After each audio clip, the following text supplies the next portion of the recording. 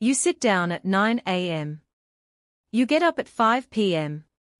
Your lower back aches, your shoulders are tight, your hips feel locked. You stand up, stretch for 30 seconds, and assume the problem is solved. It isn't.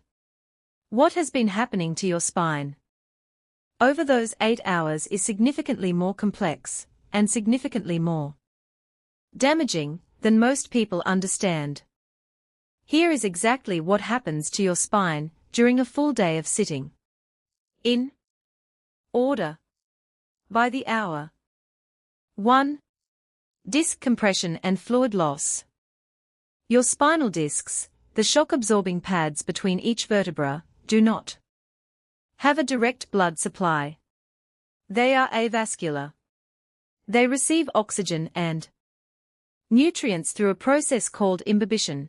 Fluid is absorbed into the disc when spinal load is reduced, and expelled when the disc is compressed. Movement is what drives this exchange.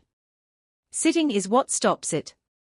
When you sit, the compressive load on your lumbar discs increases significantly compared to standing, particularly in a slouched or flexed-seated position, where intradiscal pressure can rise by up to 40% compared to upright standing. Over hours of sustained compression, the disc slowly loses fluid.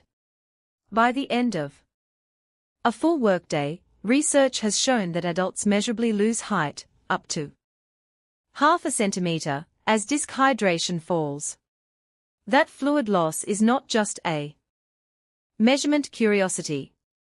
It means reduced disc height, reduced shock absorption capacity, and increased mechanical stress on the vertebrae above and below. 2. Spinal ligament creep. Your spine is also held in position by ligaments, passive connective tissue, structures that provide stability to the joint under load. Ligaments are not like muscles. They don't snap back to their original length after being stretched. When a ligament is held under low-level tension for extended periods, it undergoes what biomechanists call creep, a slow, time-dependent deformation, where the tissue elongates beyond its neutral length. 8 hours of sitting in a flexed or forward-rounded position keeps your posterior spinal ligaments under sustained low-load stretch. By the end of a full day, those ligaments have crept, they have lengthened and lost tension.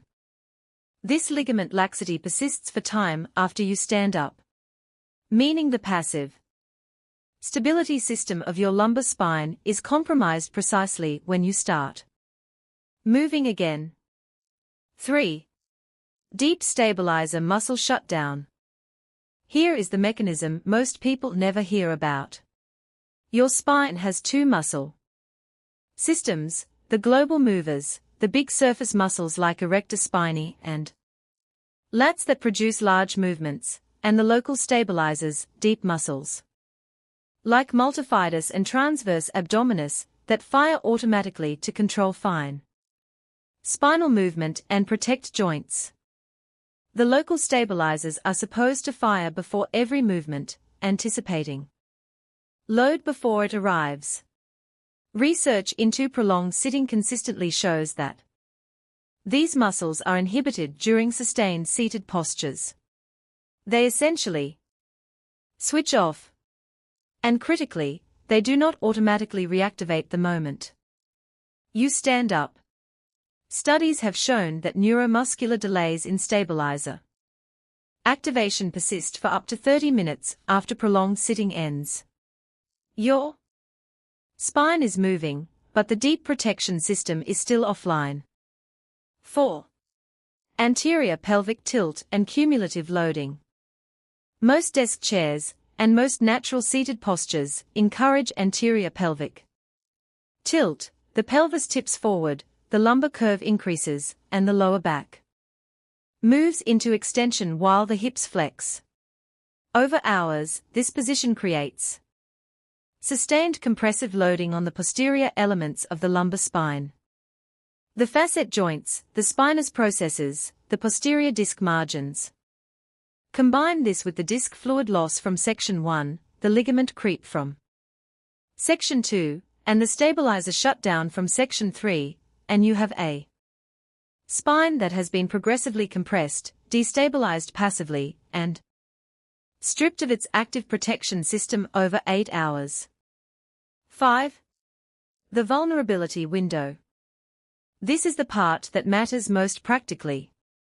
The highest risk moment for spinal injury during a desk worker's day is not during the sitting itself. It is in the first 15 to 30 minutes after standing up. Discs are maximally compressed and dehydrated. Ligaments have crept and lost tension. Deep stabilizers are still not fully firing.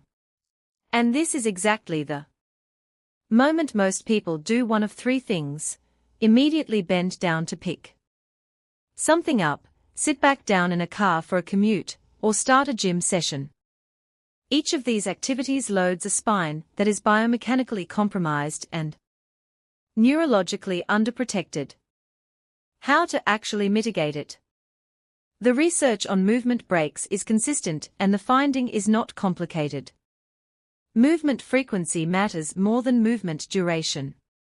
A 2-minute movement break every 30 to 45 minutes, standing, walking, or targeted spinal movement, is sufficient to maintain disc hydration through imbibition, prevent significant ligament creep, and maintain baseline deep stabilizer activity.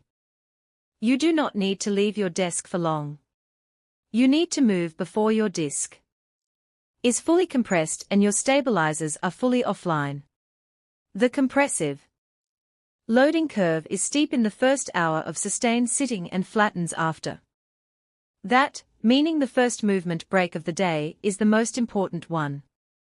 After prolonged sitting, at the end of a workday, or after a long commute. The correct protocol is not to immediately load your spine under heavy movement. A short period of gentle spinal unloading, followed by deliberate activation of the deep stabilizers before any loaded movement, significantly reduces the injury risk of the vulnerability window. Sitting is not going to kill you, but understanding what it does to your spine.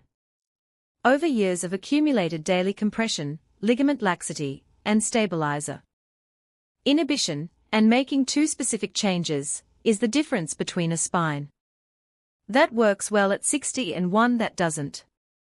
Fitness doesn't need more influencers selling shortcuts, it needs better explanations. If this helped, hit like, subscribe to Iron Monk, and drop a comment. How many hours a day are you actually sitting?